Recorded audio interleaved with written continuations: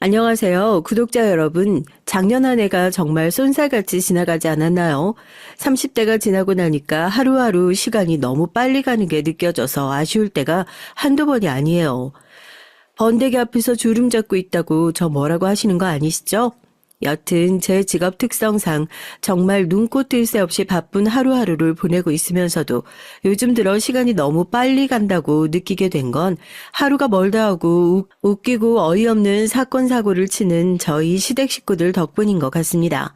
뭐 그 덕에 제가 이런 곳에 사연을 다 제보하기도 하게 되지만 말이에요.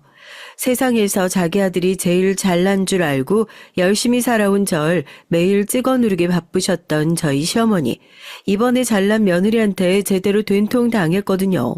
친구들까지 줄줄이 소시지로 데려오셔가지고 다 같이 망신 한번 당하셨으니까 당분간 이제 제 앞에서 찍소리도 못하시지 않을까 싶으신데 저희 시어머니 제대로 코 깨진 얘기 한번 들어보실래요? 사실 전 제가 결혼 안 하고 평생 멋있게 혼자 살 줄 알았어요.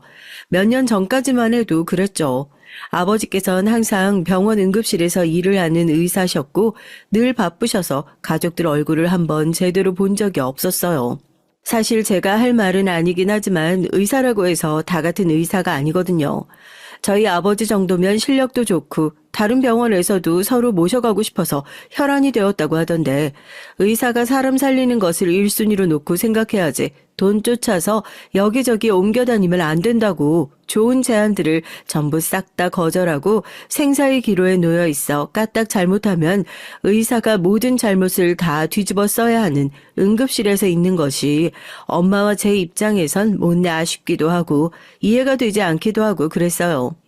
그래도 아빠가 가진 의사로서의 사명감을 존중하니 저희도 아무 말 못하고 있었던 거죠. 하지만 전 좀 달랐습니다.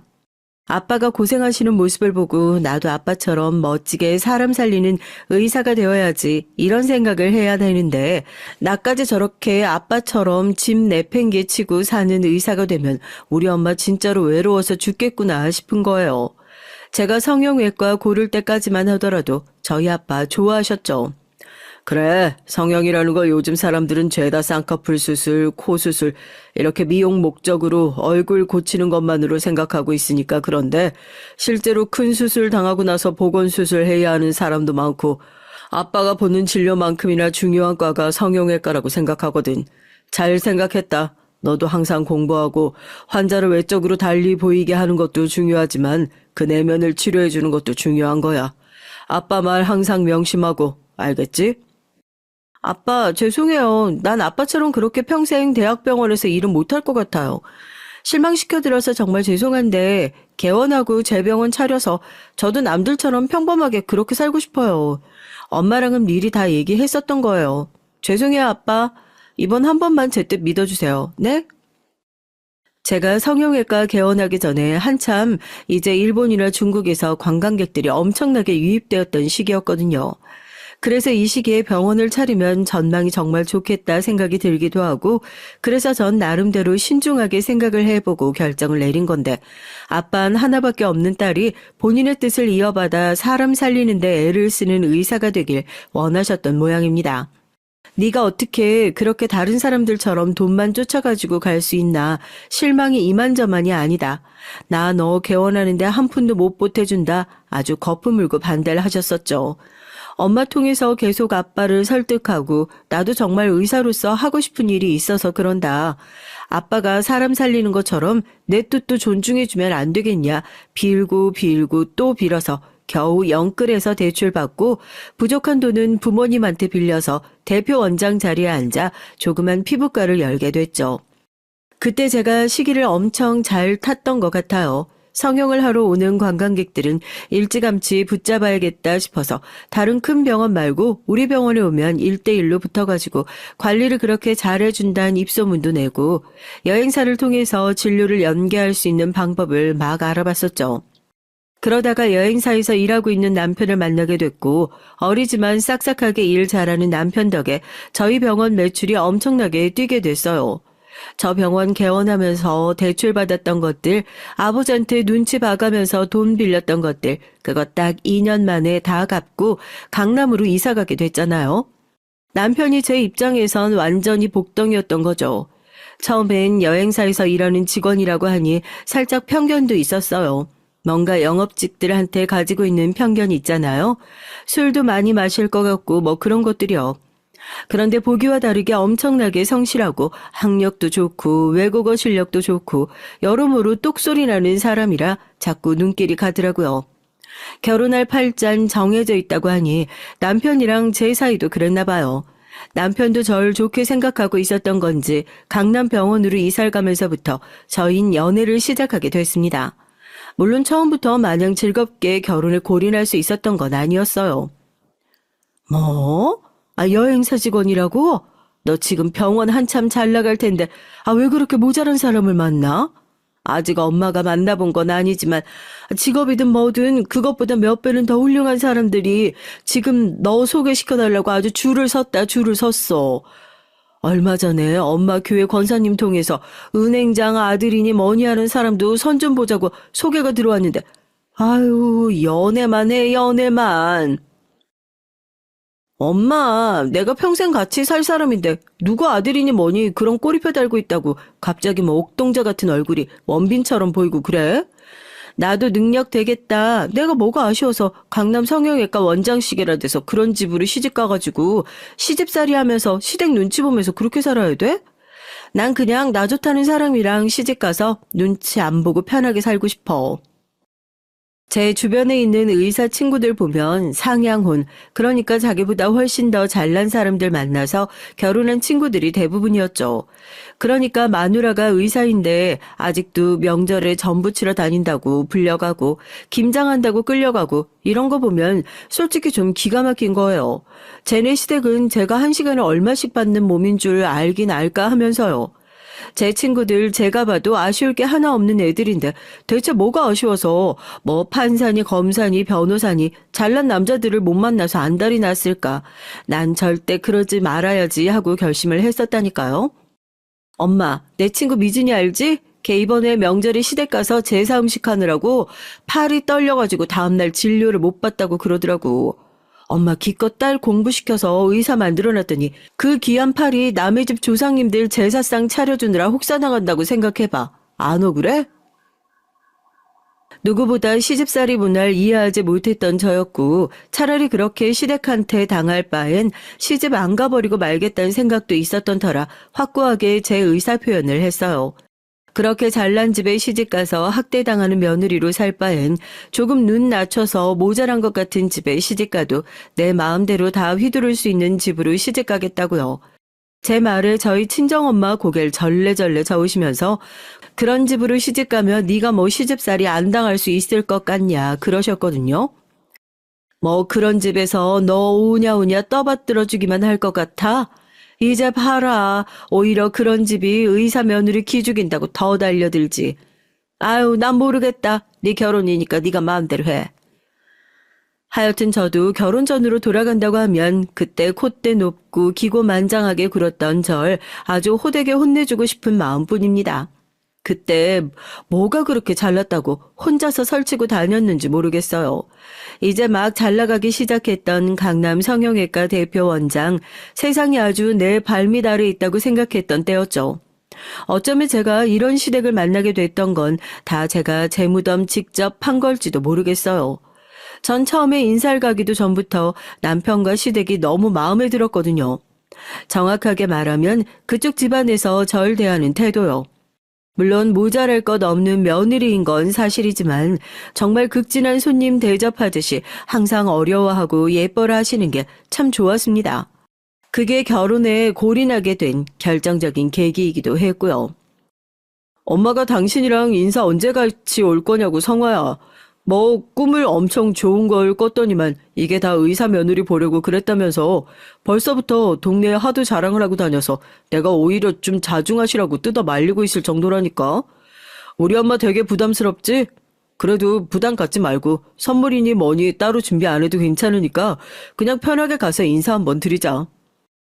시부모님께서는 아직 결혼도 하기 전부터 동네 사람들한테 제 자랑을 그렇게 하고 다니신다고 하시더라고요. 처음엔 뭐 감사하기도 하고 성형외과다 보니 그런 식으로 입소문 나서 손님들이 많이 오시는 것도 나쁘지 않으니까 마냥 감사하기만 했었습니다. 저희 엄마도 저 의사 만들어 놓고 그렇게 뿌듯해 하셨는데 시어머니께서도 의사 며느리 본 게 얼마나 기쁘시면 저러실까 했었죠. 일 때문에 바빠서 도저히 시간이 안 나길래 시간을 차일피일 미루고 있었는데 병원에 한 중년의 여성분이 직접 찾아오셨어요. 간호사들이 예약을 하고 오셨냐 어쩌냐 하고 묻는데도 대꾸를 안 하고 병원 구석구석을 기웃거리며 살피느라 바빠서 처음엔 다들 이상한 사람인 줄 알았다고 하더라고요. 그런데 알고 보니까 그게 결혼 전 저희 시어머니셨던 거고요. 손님, 혹시 어떻게 오셨을까요? 저희가 앞에 접수 창구에서 접수 먼저 도와드리고 있거든요. 혹시 인터넷이나 전화를 통해서 미리 예약을 해주신 분이셔도 앞에 창구에서 이름을 말씀해 주셔야 저희가 상담 대기 명단에 올려드릴 수가 있어요. 이쪽으로 잠깐 오시겠어요? 아유, 내가 누군 줄 알고 그래. 내가 장차 여기 시엠이 될 사람이에요. 시엠이 될 사람. 시어머니가 며느리 만나러 오는데 뭐 따로 예약 잡고 오는 거 봤어요? 원장님 좀 나와보라고 그래봐. 시간 오래 안 뺏는다고. 잠깐 할 말이 있어서 얼굴만 보려고 들린 거니까. 간호사가 엄청 난감한 표정으로 진료실에 방문을 두드렸고 제가 무슨 일이냐고 물으니까 제 시어머니라는 분이 예약도 없이 찾아와서 저러고 계신다며 바깥 상황을 알려주셨습니다. 아직 결혼도 안 했는데 시어머니는 무슨 시어머니냐. 잠깐 기다려라. 이것만 하고 바로 나가보겠다 얘기를 하고 밖에 나가니까 시어머니께서 활짝 웃으시면서 제 손을 꼭 붙잡으시더라고요. 아이고 아가 얼굴 보기가 너무 힘들어가지고 네가 일이 너무 바쁜 것 같아서 그냥 내가 너 얼굴 보려고 잠깐 들렀다. 덜 바쁜 사람이 바쁜 사람 먼저 찾아가는 거지. 아 누가 누구한테 인사 오고 말고 그게 뭐 얼마나 그렇게 중요한 거라고. 그치?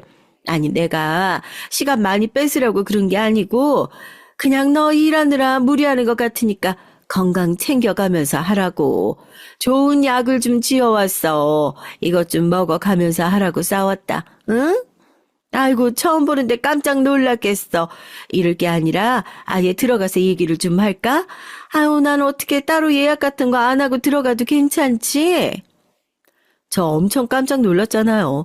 남편한테 들은 얘기가 한마디도 없는데 이렇게 불쑥 병원은 또 어떻게 알고 찾아오신 건지도 모르겠고 병원 직원이며 손님들이며 다 보고 있는데 병원 구석구석을 살피고 다니시는 것도 그렇고요. 이건 뭐 시어머니고 다른 사람이고의 문제가 아니라 전 아마 저희 친정엄마가 오셨어도 똑같이 대했을 것 같긴 한데요. 아닌 건 미리 아니다 확실하게 얘기를 해둬야 할 것 같아서 진료실에 막무가내로 밀고 들어오시려는 시어머니를 막아섰습니다. 무슨 말씀 들으셨는지 모르겠는데요. 저희 병원 진료실 말 그대로 진료를 보러 오신 환자분들이 들어가시는 공간이에요. 선물은 감사하지만 아직 제대로 인사를 드리지도 않은 사이에 이런 걸 먼저 받는 게 좀 부담스럽기도 하고요.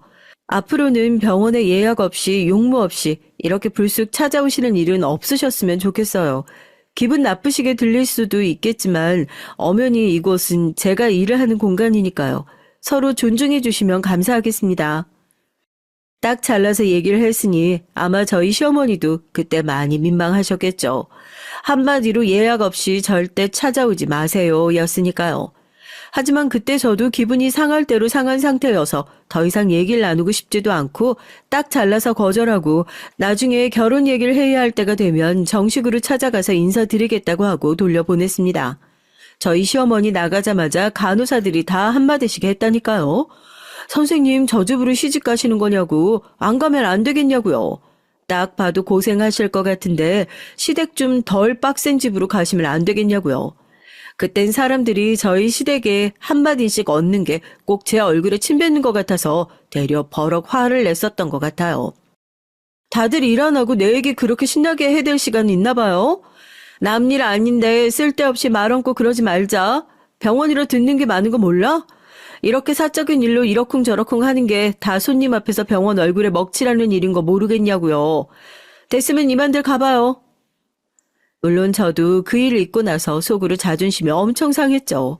대체 시댁에서 뭐라고 얘기를 했길래 이렇게 병원까지 쫓아와서 나한테 이런 망신을 주냐 하고요. 그날 남편한테 전화해서 버럭버럭 화냈습니다. 뭐라고 했길래 어머니가 병원까지 쫓아와서 환자분들 다 보는 앞에서 진료실로 막무가내로 밀고 들어가려고 하질 않냐. 어머니 혹시 나 마음에 안 드셔서 그러시는 거냐. 지금 이 결혼 파토내고 싶으셔서 아주 작정을 하신 거냐 하고 엄청나게 따져 물었습니다. 안 그래도 엄마한테 얘기 들었어. 엄마도 지금 속상하다고 알아 누워있어. 당신이 조금만 양보해주면 안 될까? 우리 엄마 정말 나쁜 의도로 거기 찾아가서 막 설레발 치신 거 아니야. 당신이 하도 바쁘다고 그래서 얼굴 보러 올 시간 없다고 하니까 궁금하셨나 봐. 빈손으로 가면 괜히 민망할 것 같으니까 당신 준다고 비싼 보약까지 해서 들고 간 거고. 성의를 봐서라도 응? 우리 엄마가 정말 당신 망신 주려고 그랬겠어? 뭐 하나라도 더 챙겨주고 싶어서 그런 거지. 그래서 지금 잘했다는 거야? 그렇게 정성스럽게 싸들고 온 예비 시어머니 문전박대한 내가 잘못됐다고 얘기하고 싶은 거야? 진짜 웃긴다. 이렇게 쏙 나만 나쁜 사람 만들고? 내 말은 그게 아니라, 그렇게 무작정 화낼 게 아니라 서로 실수한 게 있으니까 좋게 좋게 풀어보자 이거지. 아니야, 괜찮아. 나중에 다시 얘기하자. 알겠지? 분명 더 화난 건 제 쪽인데 시간이 지나고 나니까 저만 이상한 사람이 되어 있는 거 있죠? 언젠 그럼 의사가 바쁘지 한가하냐. 바빠도 괜찮으니까 여유로울 때 시간만 내달라. 저한테 모든 것을 다 맞춰줄 것처럼 얘기했던 사람들이 막상 시간이 지나고 나니까 저한테 바라는 것들이 슬슬 많아지는 느낌이라고 할까요? 제가 당장이라도 결혼을 엎을 기세로 화를 내기 시작하니까 자기가 먼저 잘못했다고 오해하지 말아달라고 하면서 먼저 또 꼬리를 슬그머니 내리긴 했지만요. 하여튼 그날 일 때문에 화가 다 가라앉지 않는 상태였는데 저희 남편이요. 또 저희 집에 어마어마하게 잘하긴 하거든요. 자기도 저한테 그렇게 짜증을 냈던 것이 미안했는지 다음날 돼서 저희 아빠가 좋아하는 자연산 광어에 술에 엄마 꽃다발까지 바리바리 싸들고 와가지고 뭐 바빠서 그동안 자주 못 찾아뵌 것 같네 어쩌니 하면서 가족들이랑 살갑게 얘기를 하는데 또 거기서 마음이 풀리더라고요. 저희 가족들도 맨 처음에 집안이 너무 차이가 많이 나고 기우는 거 아니냐며 남편을 탐탁지 않게 바라보긴 했었는데 워낙 그렇게 잘하는 사람이고 저 아니면 안 된다고 하는 사람이니까 다른 건 다 돈으로 살 수 있어도 마음은 돈으로 못 산다고 하면서 결국에 속 시원하게 허락을 해주시게 됐어요. 그 다음에 시댁에 인사를 갔을 때도 시어머니가 저한테 먼저 사과를 하시더라고요. 너 바쁜 거 아는데 내가 괜히 불편하게 해서 미안하다 하시면서요. 그래서 뭐 그 정도는 해프닝이라고 생각하고 정말 잘 넘어갈 수 있었습니다. 하지만 제가 저희 시댁, 정확히 말해선 저희 시어머니의 치명적 단점을 그때부터 모르고 있었던 것 같습니다. 저희 시어머니의 단점이 뭐냐고요? 바로 공짜를 좋아해도 너무너무 좋아하신다는 거죠. 우리가 왜 옛날 속담에 그런 말 있잖아요. 공짜라면 양잿물도 마신다고요. 정말 저희 어머님이요. 공짜를 좋아해도 너무너무 좋아하시는 분이었거든요. 상견례장에 갔을 때도 식당에서 이거 서비스입니다 하고 내줬던 건 전복찜 그릇을 혼자 앞에 두고 드시더니 종업원을 불러서 서비스를 왜 이것밖에 안 주냐. 이 상차림이 다 얼마인 줄 아냐. 사람이 몇 명인데 한 사람당 전복 한 개씩은 서비스로 나와야 되는 거 아니냐 따져서 기어이 서비스를 더 받아내셨던 그런 분이었거든요. 뭐 그 정도야 그냥 서비스의 양이 너무 작아서 남편 말대로 시어머니의 생활력이 너무 좋아서 그런 성격을 가진 분이라서 하고 웃으면서 이해하고 넘어갈 수 있는 정도였지만 결혼을 하고 나니까 이 시어머니의 공짜 노래가 너무 잘 들리고 거슬리기 시작하는 거죠. 저희 시어머니가요. 지금 나이가 70 중반이 되셨거든요. 결혼하고 나서 주말만 되면 자꾸 남편 통해 전화를 하시는 거예요. 지선이 오늘도 병원 일 많이 바빴다니 오늘 병원 진료 없는 날이니까 끝나고 우리 다 같이 맛있는 거라도 먹으러 가면 안 되겠니? 저요 친정 부모님이랑도 그렇게 자주 안 만나는 사이예요. 그리고 병원 일 안 한다고 집에서 노는 거 아니거든요. 세미나 준비니 뭐니 하면서 되게 바빠요. 그런데 꼭 집에 있으면 귀신같이 알고 전화를 하셔요. 그것도 저한테 전화했다가 좋은 소리 못 들으실 것 같은지 꼭 남편 통해서 넌지시 물어보시나 봐요. 물론 거기서 제대로 잘라내지 못하고 우물쭈물 저한테 와서 엄마가 저녁 같이 먹으러 가자는데 많이 바쁘면 나 혼자 갔다 올게 하는 남편이 제일로 답답한 인간이긴 하지만요. 처음엔 시댁 간 지 얼마 안 됐으니까 시댁 식구들이랑 잘 지내보려고 저도 시부모님 모시고 좋은 데 많이 갔죠. 한우도 먹으러 가고 오마카세도 먹으러 가고 저 한 번씩 남편 데리고 친정 가면 한 번도 저희 지갑 열어본 적이 없습니다. 신혼부부니까 한창 돈 열심히 벌고 많이 모아야 할 시기인데 이런 푼돈 쓰면서 괜히 낭비하지 말아라. 이런 비싼 음식들은 우리가 사줄 때나 먹고 집에는 어지간해선 밥해 먹어라. 그거 한 끼 사주시면서도 잔소리를 어찌나 많이 하시는지 오히려 제가 그만 좀 가면 안 되냐고 남편한테 사정을 할 정도였거든요. 반면에 시댁 식구들은요, 뒷담을 하는 것 같아서 좀 그렇긴 한데 시집 오고 나서 밥 한 번을 얻어먹은 적이 없어요. 매번 먼저 오늘 안 바쁘면 저녁이나 같이 먹자 말은 먼저 꺼내시는데 항상 식당을 예약하는 것도 저희가 먼저 하고 밖에 나가서 비싼 거 좋은 거 먹는 거죠. 대접하는 것도 좋고요. 그런데 그것도 한두 번이어야 말이죠. 적어도 제가 한 3번 샀으면 한 번은 사주실 법도 한데 어째서 저한테 한 번 뭘 사주신 적이 없어서 속으로는 나한테 뭐 사주시는 게 그렇게 아까우신가 하고 저도 사람이니까 서운한 마음이 들더라고요. 어느 날은 제가 계산을 하기 싫어서 슬그머니 나와 있으니까 시부모님 2분 계산대 앞에 서서 자연스럽게 저만 빤히 쳐다보고 계신 거예요. 우리 며느리가요, 강남에서 성형외과를 하거든요. 다른 병원도 아니고 성형외과요. 성형외과, 강남에서 성형외과 하면 얼마나 잘 버는지 아시죠? 얘 원래 대한민국 경제라는 게 너 같은 애들이 돈을 써줘야 순환이 되고 그러는 거거든. 나 오늘도 정말 잘 먹었다. 고마워. 계산대 앞에서 슬그머니 제 등을 떠밀면서 생전 처음 보는 가게 직원한테 칭찬까지 해가면서 제 카드 꺼낼 때까지 은근슬쩍 압박을 주시는데 제가 속으로 약이 오를 지경이었죠. 그러니까 저도 언제부턴간 저렇게 먼저 시댁에서 같이 저녁 먹으러 가자는 연락이 오면 남편한테 핑계를 대고 안 나가겠다고 먼저 그렇게 말을 꺼내게 되더라고요. 겨우 그렇게 치졸한 마음 때문에 시댁 식구들이랑 밥을 먹는 걸 꺼려 하냐고요? 그것 때문이었으면 저도 진짜 못된 사람이죠. 세아가, 넌 왜 그렇게 입이 짧니? 이거면 우리 식구들 한 이틀은 먹고도 남겠다. 내가 이럴 줄 알고 집에서 다 챙겨왔거든. 저기 그 야채 남은 것 좀 이리 줘봐라. 어머니 지금 뭐 하시는 거예요? 아니에요. 제가 직원 불러서 남은 음식 포장해달라고 얘기할게요. 포장비 그거 얼마나 나온다고요? 괜찮아요. 예, 포장비는 돈 아니니? 아, 너한테 밥 얻어먹는 것도 미안한데 이런 건 우리가 알아서 해야지. 아이고, 요즘 애들이 그냥 아까운 줄을 몰라요, 이렇게. 예, 그러지 말고 저기 셀프 코너 가서 야채 좀 더 가지고 와봐라. 아이, 어차피 여기 가게에 있는 것들도 오늘 하루 팔고 남으면 다 버려야 될 것들 아니야. 그거 조금 가져간다고 이 가게가 망하기래 뭐래. 얼른 가져오래도. 가게에 갈 때마다 집에서 통을 들고 오셔가지고 남는 음식을 포장해 가지고 가는 건 저도 좋아요. 음식 남으면 다 버려야 하는 거고 아까운 거 맞으니까요. 그런데 굳이 다 먹지도 않을 음식을 셀프바에서 들고 와가지고 그걸 싸가지고 가는 건 식당 입장에서 봐도 손님 입장에서 봐도 염치 없는 행동이잖아요. 다른 사람 앞에서도 아니고 며느리 앞에서도 창피하신 줄 모르고 공짜라고 무조건 챙기고 보는 시어머니를 보면서 제가 다 얼굴이 화끈거리더라고요. 어디 고기 먹으러 가도 커다란 비닐봉투 챙겨와서 쌈, 채순이, 마늘이니, 고추니 하는 것들 몇 봉지씩 포장해서 가방에 꽉꽉 눌러 담다가 저만한테 한 소리 들었던 적도 있어요.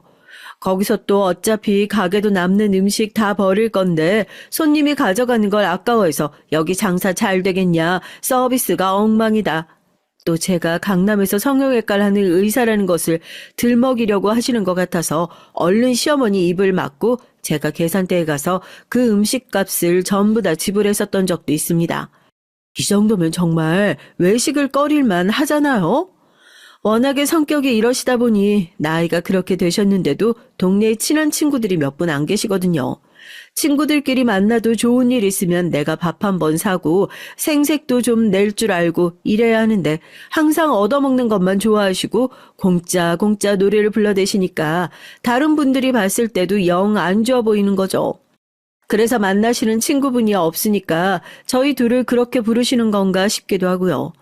이렇겐 도저히 안 되겠다 싶어서 남편 불러서 한 소리 했습니다.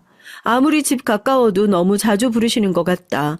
이제 당신 혼자 가든지 아니면 어머님도 동네에서 같이 놀 수 있는 친구분들을 만들어내든지 해라. 또래 친구들이랑 안 어울리시고 왜 자꾸 자식을 찾으시냐 한 소리 했어요. 남편이 무슨 얘기를 어떻게 해서 시어머니를 구워 삶았는지 모르겠지만 최근에는 무슨 계모임 같은 걸 들어가서 등산이니 꽃놀이니 열심히 따라다니시는 것 같긴 하더라고요. 그렇다고 우리가 용돈을 부족하게 드리는 것도 아니잖아. 원래 그런 데 가면 먼저 밥도 사고 뭐 하고 하면서 친목도 다지고 하는 거야. 이번에 또 여행 가신다고 했지? 당신이 용돈 좀 넉넉하게 드려. 그래도 난 어머님 그렇게 놀러 다니시면서 우리 부르시는 게 좀 덜하신 것 같아서 숨통이 조금은 트인다. 이참에 확실히 노는데 재미 붙이시게 해야지. 솔직히 이런 며느리가 어딨어요. 놀러 다니신다고 용돈까지 두둑하게 챙겨드려. 다 같이 나눠 드시라고 떡도 해서 보내드려.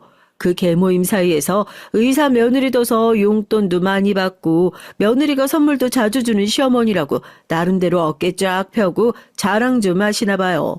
제가 시댁에 한 번씩 찾아뵐 때마다 엄청 싱글벙글 하시면서 제 칭찬을 그렇게 하시더라고요. 그런데 뭐든 과하면 독이 되는 법이라죠. 전 그렇게 어머님을 잘 챙겨드리고 다른 친구분들을 만들어드리면 저희로 쏟아지는 관심이 조금은 덜하지 않을까 기대를 했어서 그랬던 거였는데 어머님이 그 친구분들 앞에서 기 좀 세워보신다고 저를 이용할 줄은 꿈에도 몰랐습니다. 예, 바쁘니? 너 요즘 병원에 손님들 많아? 장사는 좀 잘 되니? 요즘엔 관광객들도 많고 성수기죠. 바빠서 점심 먹을 시간도 없어서 도시락 배달시켜서 병원에서 먹고 있어요. 그런데 저 바쁜 건 갑자기 왜 물어보세요, 어머님? 갑자기 뜬금없이 점심시간에 시어머니에게서 연락이 왔더라고요. 시어머니의 연락을 달가워하는 며느리가 세상 천지에 어디 있겠냐고 그러지만 전 특히나 더 핸드폰에 시어머니라는 네 글자만 떠도 스트레스 수치가 확 올라가는 것 같은 기분이에요. 오늘은 또 무슨 말도 안 되는 부탁을 하시려고 그러나 하고요. 바빠도 시간 좀 잠깐 내는 게 뭐 어렵니 하고 전화를 끊으신 시어머니는 얼마 후에 친구분 한 분을 데리고 저희 병원으로 찾아오셨습니다.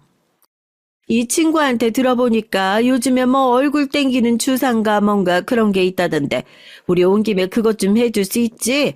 내가 며느리 성형외과 의사라고 자랑을 얼마나 해놨는데. 그래, 그 잘난 의사 며느리 백날 첫날 자랑만 하면 뭐해? 우리도 그 덕 좀 봐야 의사 며느리구나 하는 거지. 응? 그거 사실 주사기 다 까놓고 보면 원가도 얼마 안 된다면서. 아니, 우린 공짜로 맞는 거니까 그 남들 쓰다가 맞고 남은 거 줘도 되니까 하여튼 놔주기만 해줘. 병원에 있는 직원분들, 간호사분들 다 제 결혼식장 오셔서 저희 시어머니 얼굴 다 아는데 결혼 전에야 예약도 없이 함부로 덥석덥석 찾아오시면 안 된다 따끔하게 잘라서 얘기를 했지만 막상 결혼하고 친구분까지 이렇게 끌고 들어오시니까 여기서 얼굴에 철판 깔고 시어머니한테 나가라 훈수 두기도 되게 애매해지는 거 있죠. 이래서 내가 그 똑똑한 친구들이 죄다 그렇게 기도 못 펴고 시집살이를 당했구나. 그제서야 저도 알겠더라니까요. 그뿐만이에요. 저희 시어머니 그 앞에 대기실에 떡하니 앉아서 기가 막혀하는 제가 혹시 나가라고 하기라도 할까봐 얼른 말을 덧붙이는데 그동안 친구분들한테 진짜 제 칭찬을 하고 다닌 게 맞긴 맞나 싶더라고요. 그래도 자긴 정말 좋겠어? 요즘 같은 세상에 의사 며느리라니. 그것도 성형외과 의사라니. 이게 다 무슨 말이야? 어? 이거 내 돈 주고 맞으려고 하면 하나에 얼만 줄이나 알기나 해. 완전히 땡 잡았다 땡 잡았어. 나도 친구 잘 둬서 이런 호강을 다 해보네. 아이고 호강은 무슨 의사 며느리라고 죄다 좋은 줄 알아. 눈치 보고 사는 걸로 따지면 시집살이를 꼭 내가 당하고 있는 것 같다니까. 명절이니 제사니 며느리만 들어오면 나는 졸업할 줄 알았지. 아들한테 전화해가지고 둘이 같이 오냐 물어보면 어머니 진료 중이라 안 된대요. 어머니 오늘은 저만 갈게요. 우리 아들 장가 가고 나서 밥이나 제대로 얻어먹고 살고 있는지 원. 두 분이 앉아서 저 들을까봐 속닥속닥 그렇게 작당 모의를 하고 계시는데 진짜 누가 들을까봐 창피하고 누가 볼까봐 쪽팔리고 그냥 그까짓 것 얼마나 한다고 빨리 해드리고 내보내는 게 낫겠다 싶어 간호사들한테 얘기를 해서 예약자 명단에 잡아달라고 얘기를 했어요. 간호사들도 난감한 표정으로 알겠다고 하더라고요. 제 이미지 완전히 그냥 반토막 나버린 거죠. 어머님, 오늘은 친구분이랑 같이 오셨으니까 특별히 제가 해드리는 거예요. 다음부턴 절대 안 돼요. 아시겠죠? 제가 그때도 말씀드렸잖아요. 돈이 아까워서가 아니라 예약도 없이 이렇게 불쑥 병원에 찾아오시면 다른 환자분들이 이거 보고 뭐라고 하니까 그래요. 저흰 그럼 뭐 식구라도 예약도 안 하고 그냥 막 와도 되는 거냐. 그럼 나도 예약 안 하고 올 거다고. 저 그렇게 되면 진짜 골치 아파지는데 설마 그러길 원하시는 건 아니죠? 아유, 얘가 이렇게 잔소리를 해. 알겠다, 알겠어. 어디 그냥 다음번에는 너 무서워서 내가 올 수 있겠니? 우리 제일 싼 걸로 금방 맞고 나갈 테니까 아유, 얼른 놔주기나 해. 말을 제대로 알아들은 건지 어쩐진 몰라도 이번이 마지막이라고 어쨌든 해드리겠다 하니까 두 분이 신나가지고 저 혼자만 그 꼴 보면서 뒷목 잡고 있는 거죠. 두 분이서 아주 얼굴이 빵빵하게 부어가지고 룰루랄라 하면서 나가셨어요. 잡들이를 할 수 있는 대상은 남편밖에 없는 거죠. 남편한테 전화해서 또 한바탕 승질을 냈습니다. 너희 어머니는 도대체 왜 그러시냐? 왜 지난번에도 말도 없이 오셔가지고 나랑 그렇게 좋은 꼴 못 보고 나서도 또 이렇게 친구분까지 끌고 오셔서 내가 환자들이랑 간호사들 보는데 쪽팔려서 죽는 줄 알았다. 아주 길길이 날뛰었습니다. 너 정말 엄마 생각은 한 번도 안 해봤어? 밖에서 의사 며느리라고 그렇게 자랑을 하고 다니는데 정작 명절이니 제사니 며느리가 얼굴 한 번이나 제대로 비춘 적 있냐고. 어쩌다 친구분들 데리고 가서 며느리 의사라고 자랑 좀 하고 싶으셨나 보다. 그렇게 좋게 생각하고 넘어갈 수 있는 걸 지금 꼭 일하고 있는 남편한테 전화해서 이렇게 성질을 내야 속이 시원하겠니? 뭐? 진짜 웃긴다. 명절, 제사. 나랑 결혼할 때까지만 하더라도 난 남들처럼 그런 거 할 수 있는 사람이 아니라고 그렇게 이빨린 소리를 하더니만 너도 결혼하고 나니까 똑같네, 똑같아. 그럼 내가 뭐 거기서 시어머니랑 공짜 손님 두 팔 벌려 환영이라도 해야 맞다는 거야? 시어머니 덕분에 남편과 싸우는 날도 늘어나게 됐어요. 부모님이 그렇게 반대했던 결혼, 제가 상영혼하면 시댁에 꽉 잡혀 사는 거 싫다고 억지로 빠득빠득 우겨서 했으니 남 탓을 할 수도 없고 정말 제 팔자 제가 꼰 신세가 됐잖아요. 지금 잘 나가는 의사인데 왜 이렇게 당하고만 살아야 되나 속으로 얼마나 억울한 마음이 들었는지 모르겠습니다. 거기다 하나밖에 없는 남편이란 놈은 와, 결혼 선배들이 왜 그렇게 남의 편이라서 남편인 거다 했는지 알겠더라고요. 그냥 시쳇말이겠거니 했는데 결국에 이런 상황이 오니까 저보단 자기 엄마 편을 쪼르르 가서 서는 게 남편이더라고요. 결혼하면서 호언장담을 해놓은 게 있으니까 친정에다가도 주변 친구들에게도 제 얼굴에 침 뱉는 짓은 못하겠고 결국에 이런 열받는 상황이 생겨도 속으로 끙끙 참을 수밖에 없었습니다. 의사까지 했으면 머리도 똑똑한 애가 왜 그렇게 바보 같은 짓을 하나 욕을 하시는 분들 막상 제 입장이 되어보시면 그런 소리 못하실 거예요. 지위나 위치가 높아지면 높아질수록 소위 말해 잃어버릴 수 있는 게 너무 많아진다고 해야 되나요? 전 그냥 친구들한테 아무런 생각 없이 시댁 욕 한번 하는 거일 수 있지만 다음 주쯤 되면 친구들 사이에서 어느새 전 이혼을 준비하는 여자로 소문이 나고 있고 그렇게 제 주가가 떨어져 버리는 것이 이 바닥 일이거든요. 그래도 시어머니한테 비싼 시술을 해드리면서 다음번엔 절대로 안 된다. 이게 처음이다, 마지막이다. 제대로 말을 해뒀으니까 시어머니도 생각이 있으신 분이라면 다음번엔 절대로 이렇게 찾아오시는 일 없겠지 생각했습니다. 하지만 여기서 제가 간과하고 있었던 두 가지가 있었죠. 첫 번째, 시어머니는 우선 제 말을 잘 듣지 않는다는 거. 두 번째, 시어머니가 생각이 그렇게 깊으신 분이었다면 애초에 공짜 시술 받고 싶다고 친구까지 끌고 오셔서 저희 병원에 찾아오시지도 않으셨겠죠? 다시는 이런 일로 스트레스 받을 일 없을 거다. 남편의 호언장담도 얼마 못 가서 와장창 무너지고 말았습니다. 하지만 저도 의사잖아요. 의사까지 될 정도로 엉덩이 붙이고 앉아서 공부했던 사람인데 저라고 가만히 앉아서 이 모든 것들을 당하고 있기만 하겠어요? 억울하게?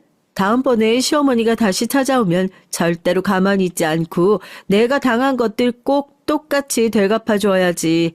그땐 남들 시선이고 뭐고 신경 안 쓰고 나도 내 식대로 처리해야지 아주 이를 갈면서 벼르고 있었습니다. 얼마 후에 저희 시어머니 결국 예상대로 병원을 또 찾아주셨어요. 그것도 이번엔 혼자도 아니에요. 어마어마한 친구 부대를 줄줄이 다 끌고 오셨더라고요. 여기야, 여기 다 들어와. 다들. 세아가, 내가 아까부터 전화했었는데, 네가 전화를 안 받아서 나 이번에 전화 예약하고 오려고 했던 거다. 응? 이러면 내 잘못 아니지? 아니, 어머니, 이게 무슨 설마 친구분들 다 데리고 오신 거예요? 아니, 지난번에 내가 그거 주사 맞고 가니까 친구들이 그냥 자기도 한번 해달라고 어찌나 난리를 피우든지. 그냥 애들 얘기 들어보니까 원래 성형외과에선 서비스로 나오고 이런 것도 있다며. 영숙아 일로 와봐. 영숙이 얘가 이쪽에 강남 성형외과 VVVIP래. 얘도 어디 다른 병원에서 서비스 맞아봤다고 하더라고. 우리 그런 서비스들로 해가지고 한 대씩만 좀 놔주라, 응? 그래, 장사 원래 그렇게 해야지. 서비스 맞아보고 좋으면 우리 병원 다시 좀 와주세요. 이렇게 홍보해야 안 올 손님들 오고 그러는 거 아니야? 시어머니 친구고 귀찮은 사람들이다 생각하면 놔주기 싫겠지만 우리도 다 나중에 다시 와서 더 큰 돈 쓸 손님들이다 생각하면 너 이거 하나도 아까운 거 아니다. 아이고 김 여사, 우리 여기 앉아서 기다리자고. 세상에 사람들이 어떻게 저렇게 뻔뻔할 수가 있는지요. 그리고 성형외과에 자주 가봤다던 그 시모 친구분은 무슨 자주 가보긴요. 대체 서비스를 해주는 성형외과가 어디 있답니까? 여기가 뭐 동네 구멍가게도 아니고요. 뻔뻔하게 앉아서 자기들끼리 신나게 수달 떨어대며 공짜 시술을 받을 생각에 잔뜩 들떠있는 사람들을 보니 저도 모르게 열이 확 치밀어 오르더라고요. 간호사가 쩔쩔매면서 저한테 다가와서 어떻게 할지 그냥 자기가 얘기하고 내보낼지 물어보는데 순간 머릿속으로 좋은 생각이 떠올라 간호사한테 그러지 말고 손님들 다 받자고 얘기를 했어요. 저희도 손님들이 워낙에 많이 밀려 있어서 무료 시술밖에 못 해드릴 것 같은데 정말 괜찮으신 거 맞죠? 이것도 원래 안 되는 건데 어머님 손님이라고 하셔서 제가 특별히 해드리는 거예요. 어디 다른 데 가서 소문 내시면 안 돼요, 다들?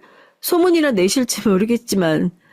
아유, 다들 들었지? 어디 가서 뭐 받았다고 절대로 말하면 안 돼.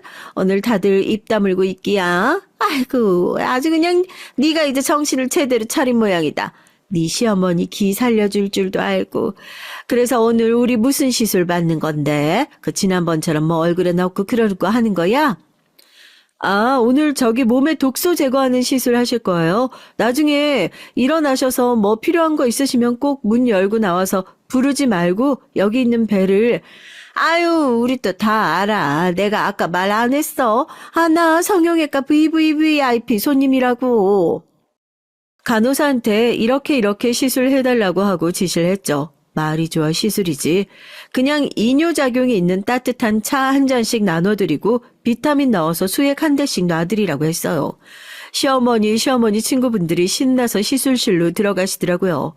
우리 얼굴이 갸름해져서 뭐 고현정이니 송혜교니 이런 애들 되는 거 아니냐고 깔깔깔 웃으시면서요.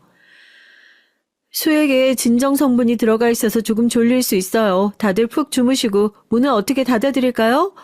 아유 그래 그 차 한 잔 먹고 나니까 그냥 이 노래 들으니까 왜 이렇게 졸리니 졸려. 아유 나른해 죽겠다. 그 빛 좀 안 들어오게 문 좀 꽉 닫아 놔랑. 속으로 신나서 콧노래를 부르면서 문을 꽉 닫아드렸습니다.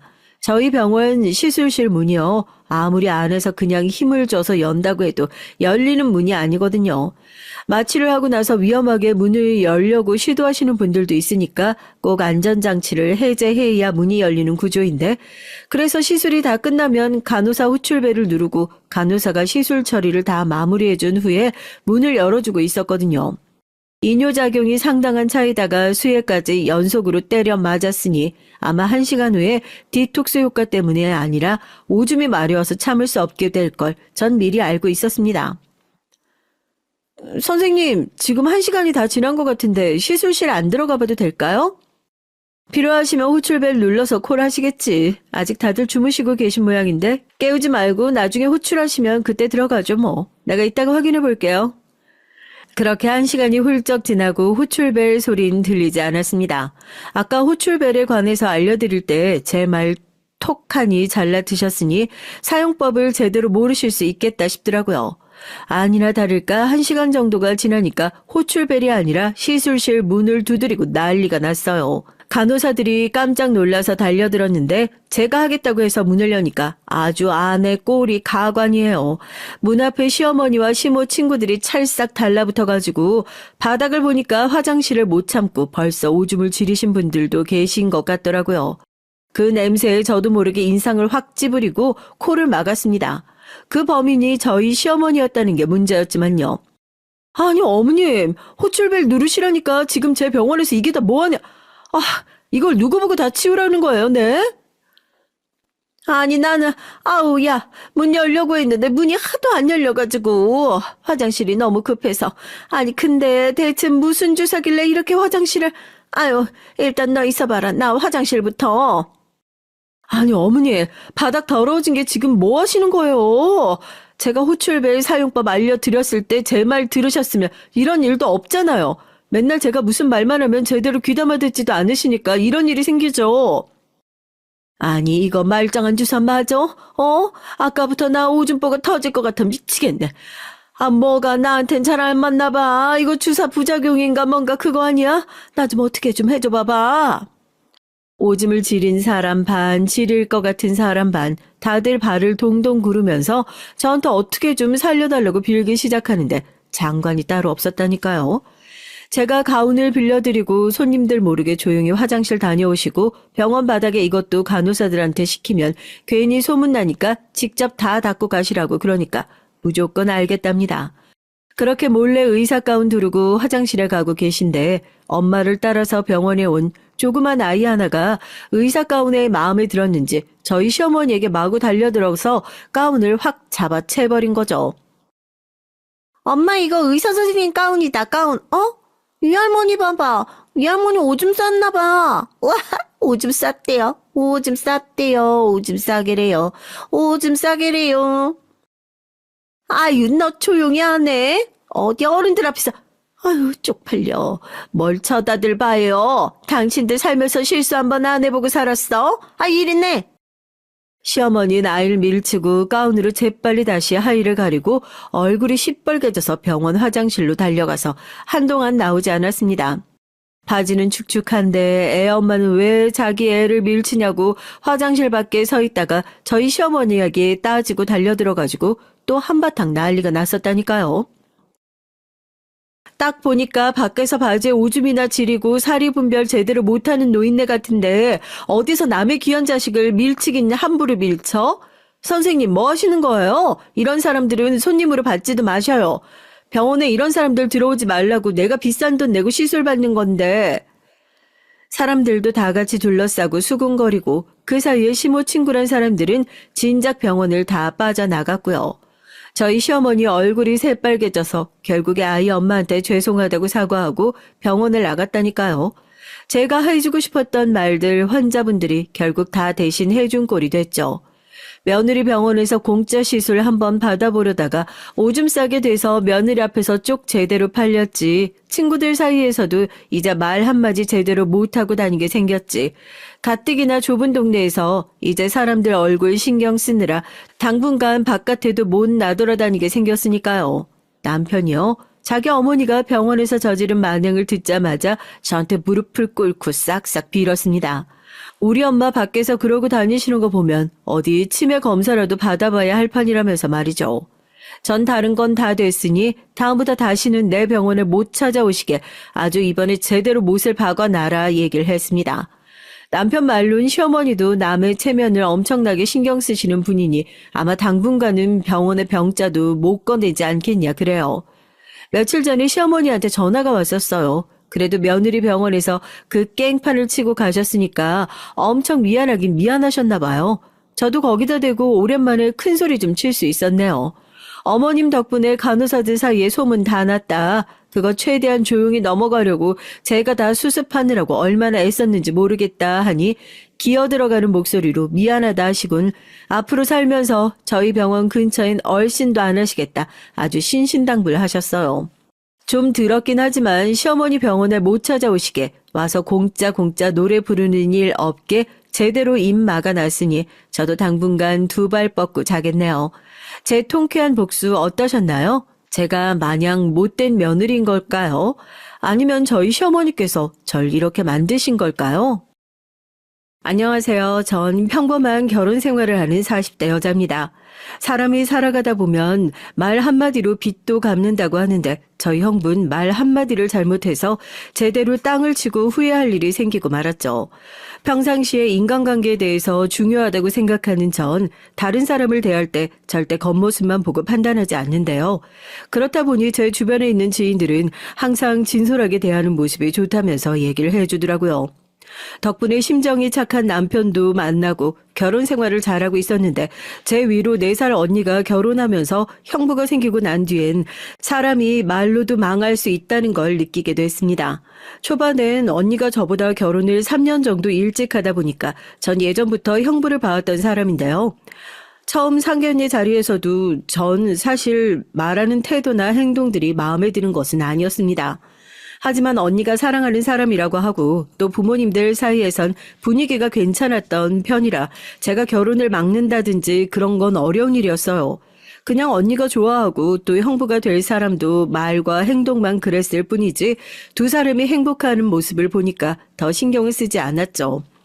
제가 상견례 당시에 봤던 형부는 본인의 자존심을 세우는 사람이어서 그런지 저희 부모님 앞에서도 언니를 책임질 수 있다면서 강력하게 어필을 했는데요. 부모님이 보시기엔 그 모습이 책임감 있고 남자답다고 하면서 좋아하시더라고요. 이 사람이 책임감 하나는 정말 어디 가나 빠지지 않아. 한 회사에서도 근속을 오래 했고 가정적이라서 다정함이 느껴지니까 결혼 상대는 딱이지. 근데 언니 내가 볼 땐 너무 말하는 거 있어서 허세가 많으신 것 같던데 진짜 자신이 그 정도 있으시대?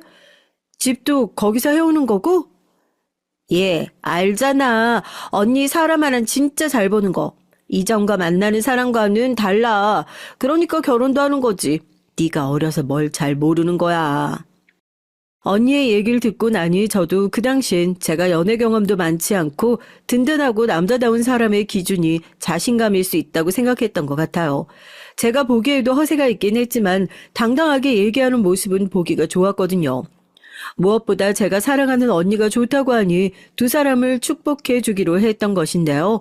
다행히 준비는 수월하게 잘 진행이 됐고 형부는 상견례 당시에 했던 약속을 지키면서 집도 준비해 오고 제가 보기에도 언니가 시집을 잘 간 것처럼 느껴지더라고요. 그 뒤로는 언니와 자주 만나진 못했는데요. 당시 24살이어서 마지막 학기라 바쁘게 보냈던 시기였거든요. 제가 언니를 다시 만나기 시작했던 건 졸업 후 취업하고 나서였는데 여유가 생기니까 둘 다 같이 여행도 다니고 저녁도 먹으면서 지낼 수 있었죠. 얼마 전엔 언니가 제 나이가 차고 있고 또 직장도 잡았으니 결혼할 생각이 없냐고 물어보더라고요. 그래서 좋은 상대가 있으면 하겠지만 당장은 생각이 없다면서 말을 하니까 예쁜 나이가 가기 전에 연애도 많이 하고 형부처럼 좋은 사람 만나서 결혼하라고 얘기를 해줬습니다. 생각을 안 해본 건 아니었지만 저에겐 먼 미래라는 생각이 들어서 딱히 신경 안 쓰고 있던 부분이었거든요. 지금은 결혼을 늦게 하시는 분들이 더 많지만 제가 20대이던 시절엔 30살까지 안 가면 주변에서 빨리 가라는 얘기를 많이 해서 그런지 언니뿐만 아니라 부모님께서도 조금씩 압박을 주시는 게 느껴졌어요. 저도 결혼 생각이 아예 없었던 건 아니라서 그런지 자연스럽게 주변에서도 소개받고 있었는데 다들 결혼하실 상대라면 어떤 걸 보시나요? 아무래도 오래 함께할 사람인 만큼 초반부터 진지하게 생각을 해보게 되더라고요. 결혼에 대해서 생각을 해보면 저와 상대방만 생각해서는 안 되고 가정 환경이라든지 상대 부모님의 가치관에 대해서도 알아야 되잖아요. 전 제 주변에서 시월드란 얘기를 너무 많이 듣다 보니까 한편으론 결혼을 하는 게 오히려 손해가 아닐까 하는 생각이 들기도 했죠. 하지만 언니가 결혼 생활하는 걸 보면서 저도 저렇게 살고 싶다는 생각이 들긴 하더라고요. 행복해하는 모습을 보니까 그만큼 내 짝이 있는 게 좋은 거라는 걸 느끼게 된 것도 있어서 언젠간 저도 짝을 만날 수 있을 거란 생각을 하고 있었는데 그 뒤에 만나게 된 사람이 바로 지금의 남편이거든요. 남편을 처음 만나게 된 건 저희 매장에 배달하러 왔을 때 보게 됐죠. 저희는 회사에서 시키다 보니까 직접 받으러 가는 일도 있거든요. 그때 까무잡잡한 피부와 큰 키가 바로 제 눈에 들어왔습니다. 그리고 여기 주변에 일하는지 종종 저희 매장에 배달로 올 때마다 제가 커피를 챙겨드리기도 했었는데요. 힘든 일을 싫어하는 사람들도 많은데 열심히 혼자 배달하는 모습을 보니까 저도 모르게 끌리는 면이 있었던 것 같아요. 외적인 면으로도 든든한 스타일이라서 그런지 제 이상형과 딱 맞는 사람이더라고요. 또 매일 일을 빠지지 않고 하는 모습을 보니까 저도 모르게 끌렸던 부분이 있었던 것 같은데요. 아무래도 저도 예전부터 생활력이 강하다 보니까 본인의 일이 있어서 열심히 하는 사람이 멋져 보이더라고요. 종종 마주치다 보니 자연스럽게 말도 트게 되고 나중엔 커피까지 같이 마시게 되는 사이가 됐는데요. 주변에선 배달하는 사람이다 보니까 그렇게까지 친해질 필요가 있냐는 반응이더라고요. 저분은 다 좋은데 왜 굳이 힘든 배달 일을 하실까? 인성에 문제가 있으시거나 한 것 같진 않은데. 자기 어떻게 생각해? 사람의 직업에 대해서 말이야. 난 아무래도 배달은 조금 선입견이 생기더라고. 전 튼튼한 팔다리로 일하겠다는데 딱히 직업에 대한 선입견은 없는 것 같아요. 그냥 그 사람이 일을 하고 싶으면 하는 거죠. 아니지. 배달은 보통 아무것도 할 수 있는 일이 없을 때 하지 않아? 난 개인적으로 직업은 사람과 연관되는 부분이라 소개팅 갈 때도 은근히 보게 되던데. 그나저나 요즘에 자주 보는 것 같은데 자기 보려고 일부러 이쪽으로만 오는 거 아니야?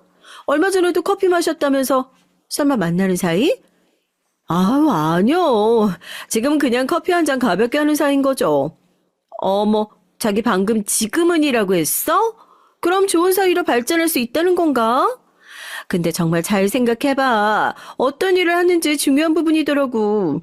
다른 뜻은 아니고 자기도 솔직히 능력 안 되는 건 아닌데 주변에 찾는 것도 좋지만 나도 아는 사람들 많고 하니까.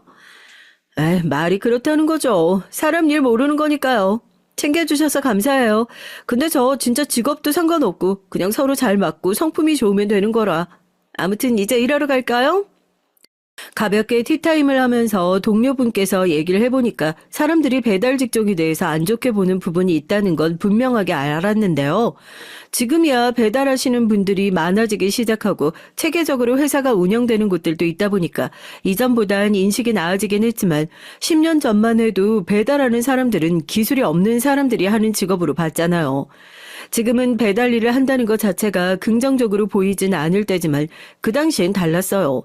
근데 전 이상하게 이 사람이 더 열심히 사는 것 같고 또 꾸준히 일하는 모습을 보니까 사람이 좋게 보이더라고요.